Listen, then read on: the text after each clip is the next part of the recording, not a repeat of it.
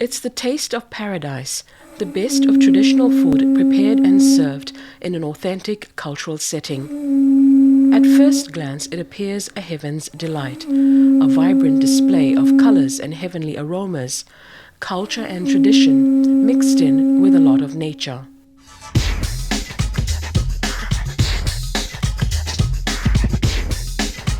Life in the South Pacific Kingdom of Tonga appears simple and carefree. Its islands symbolize the very definition of paradise. Tradition runs deep here, and food is an integral part of the traditional culture. But even these isolated friendly isles aren't sheltered from the social and economic challenges which have impacted on people's diets, a challenge faced by the rest of the Pacific.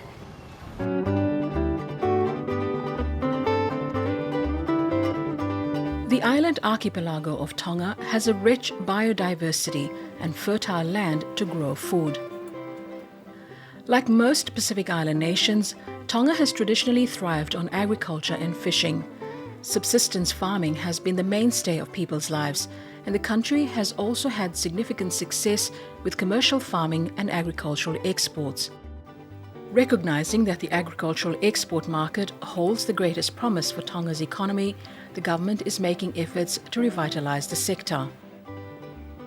The economic and social problems we are facing at today's level, such as the increasing rate of non-communicable diseases, huge food import bills, etc., emphasizes the need for change.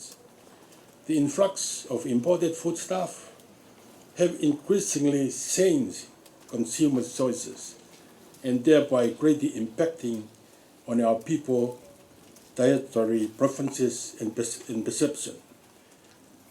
This change is also evident in our hospitality and perception about our own unique cuisine.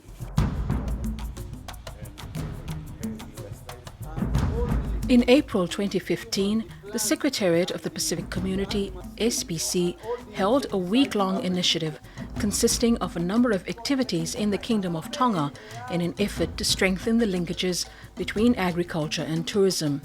With the theme Think Global, Go Local, the week was aimed at equipping local chefs and local farmers with the information and tools to make better use of local produce in the menus served at hotels. Organised by the European Union-funded Pacific Agriculture Policy Project, PAP, and Tonga's Ministry of Agriculture, Food, Forestry and Fisheries, MAF, a one-day farmers training program was held in the capital Nuku'alofa to start off the activities. I think it's a very useful workshop. As I understand it, it's more to do with the smallholders, the farmers, linking up with the hotels, restaurants, and all that, to have a market for their products, and also for the tourist industry to have a reliable supply of good quality food products, not only crops and vegetables, but also livestock and fisheries also. But the problem here is that the soil needs air.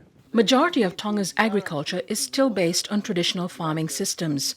Farmers often grow cash crops alongside subsistence crops to supply both domestic and export markets.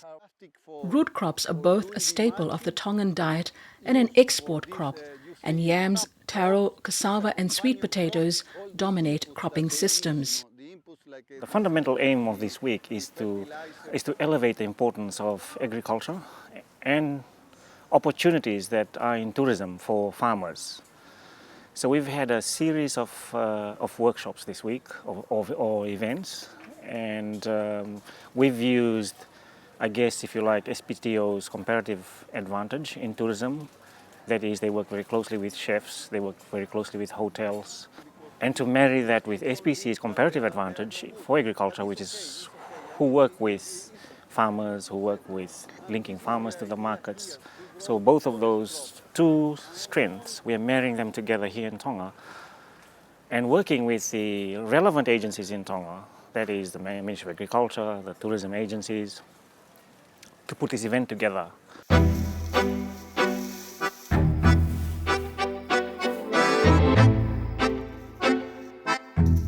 Viliami Lui is a farmer from Fuamotu on the eastern district of Tonga Tapu. He farms on an 8-acre piece of land dedicated to sweet potatoes, cassava, yams and taro. Twice a year he exports sweet potatoes to New Zealand. Most times he tries to sell his produce in the local market to earn him some weekly income. And this time I got a kumara there. Eh? So I sell it out in the market here in Tonga. And when it to flood the produce here in Tonga, I'll ship to New Zealand. Eh? In New Zealand, I can take 150 up to 200 packs of kumara, and I ship there 2 times a year. Okay? And I got the money there helping to my family's need. And but here in Tonga, I'm looking for some market to sell the crops here in Tonga.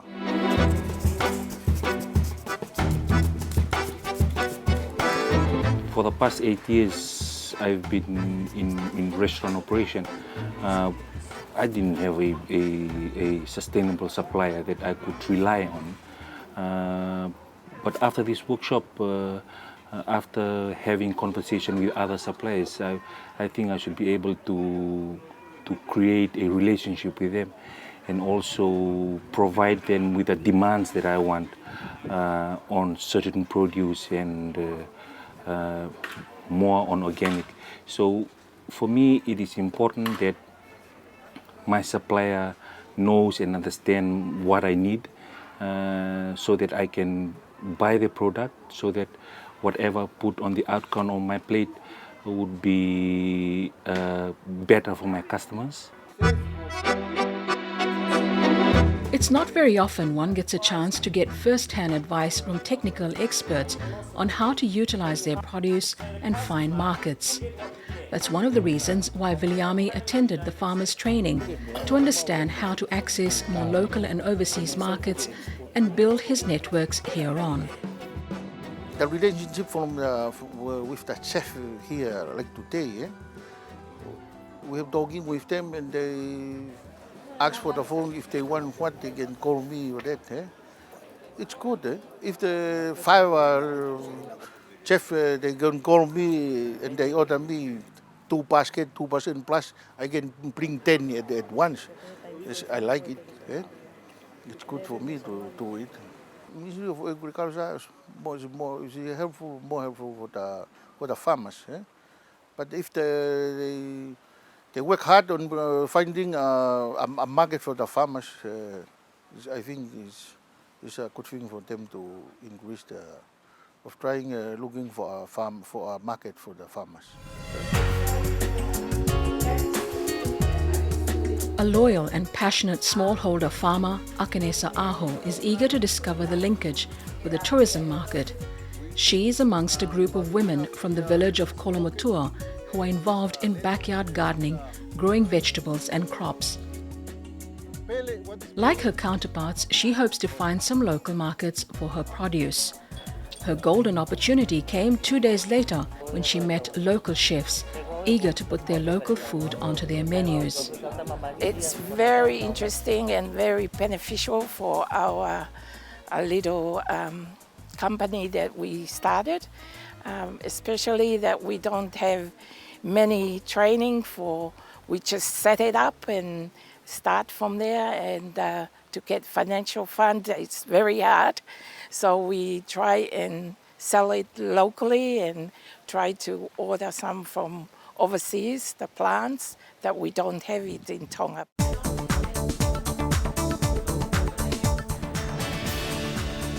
On 22nd April 2015, local chefs from restaurants in the capital attended a 3-day culinary training at the Aho Panilolo Institute in Ma'ofanga. The training was designed to enhance the capacity, knowledge, cooking standards and skills of the tourism industry culinary staff. In 2 days, the chefs will need to put a Pacific cuisine together and turn it into a 5-star meal, all in an effort to support the production of local food crops that play a vital role for good nutrition and food security. But I've normally adapt to the European style of cooking and French, but when this project comes in of focusing on the local produce, I think it's just adapting whatever I've learned for the past 10 years and just use that idea into using local produce. It is very important for us chefs to work very closely with the farmers and to tell them what they need, and for the farmer to provide them, including what they need. However, none of this would be possible without the renowned chef Robert Oliver. His watchful gaze and approach in the kitchen placed the pride back into the Tongans' own homegrown food. For these chefs, it was about discovering part of their culture, and that is traditional Tongan food. When I saw the concept, think global and go local, I really, admire the idea, because it's something that our cuisine has started missing out. I'm talking about the Tongan cuisine, but it would be the same, bit similar to all the South Pacific cuisine, as in Fiji, Samoa, and the rest of the Pacific region. And I think it's something that our chefs here in the kingdom has to focus on, as we are losing that touch into using local ingredients. So I think the whole concept of this workshop, it actually push our art, of culinary into back into the stage of cooking.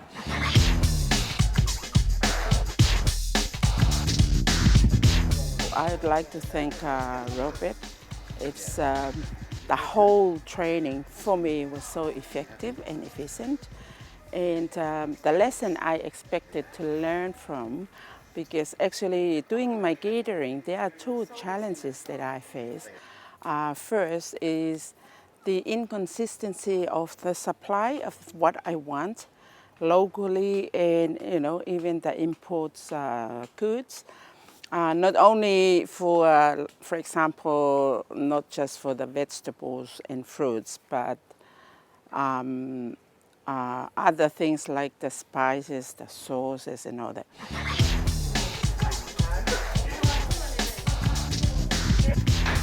I grew up in a home I was adopted by my grandmother, and I'm kind of familiar with our local cuisine. But then when Robert came and we did a little TV show, I started to interest in transforming our local cuisine into a bit higher level than where it was before. Born in New Zealand, Robert Oliver grew up in Fiji and Samoa.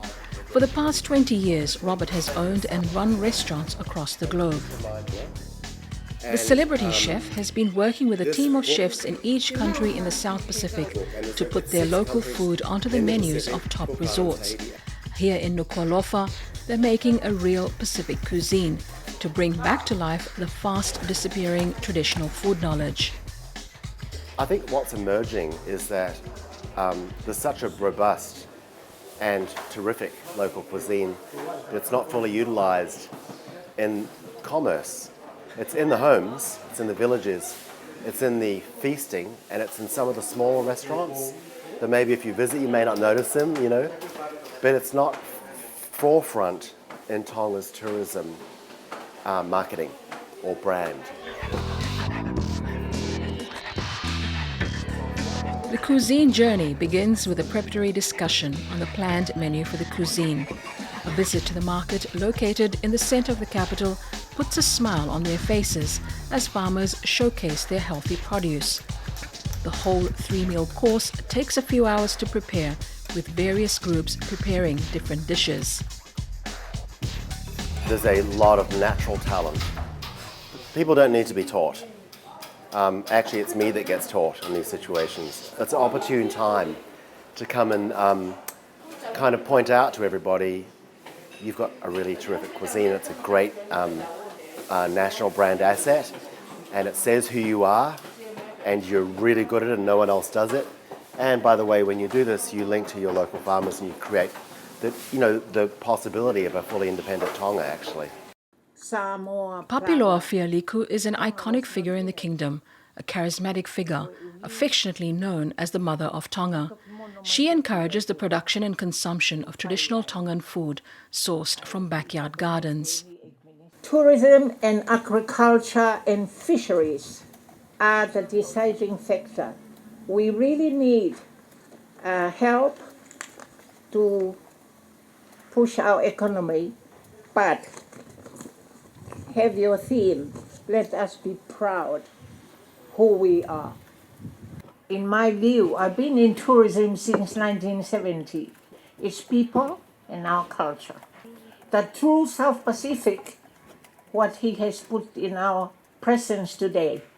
We are a kingdom, the remaining kingdom of the Pacific and Polynesia. Traditional intelligence and knowledge generated from gathering and harvesting, together with newly introduced styles of cooking, will define a new era for food in the kingdom.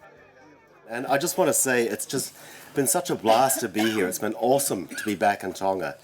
And it's been so inspiring to have chefs and farmers working together. I see the spirit of independence emerging from this, because actually with tourism as a driver and cuisine connecting the tourism industry to the farmers, you'd have no need for overseas funds. I see a completely independent spirit of Tonga emerging from this process. Tongans are passionate about their food and, like the rest of the South Pacific Islands, have ancient cultural practice where food plays a central part socially and ceremonially. The Ministry of Tourism, together with key stakeholders, is working to increase demand for Tongan food producers and the fishing sector to make a wider range of authentic Tongan cuisine available to visitors and to locals, to improve food and beverage product quality and availability, and to contribute to the Tongan economy. We want also to encourage local sourcing of ingredients in authentic recipes.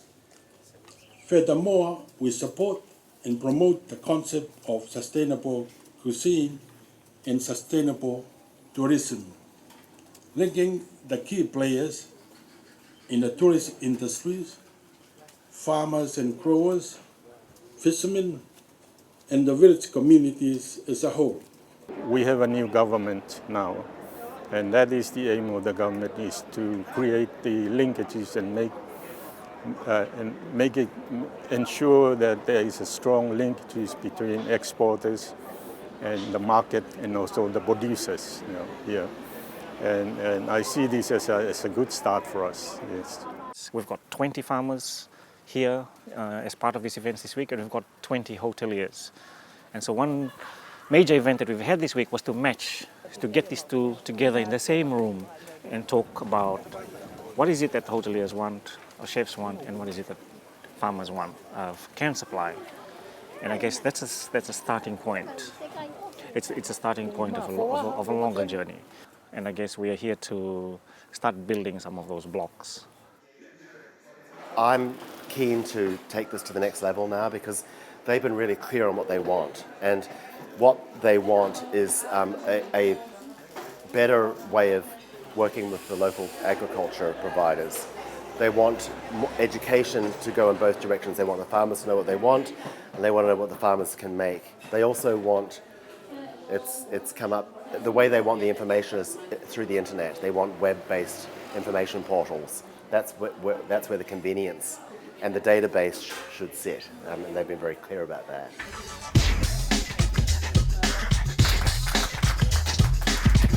The onus is on the farmers, chefs or restaurant owners to ensure and encourage the use of local food resources for cuisine menus, innovation and creativity in food preparation. With help, they could contribute significantly to a reinvigorated agriculture sector, a secure economy, and a healthier Tongan population. Whilst we cannot stop the tides of globalization, we can certainly change the way we think and act for our benefit as well as our friends visiting our shores.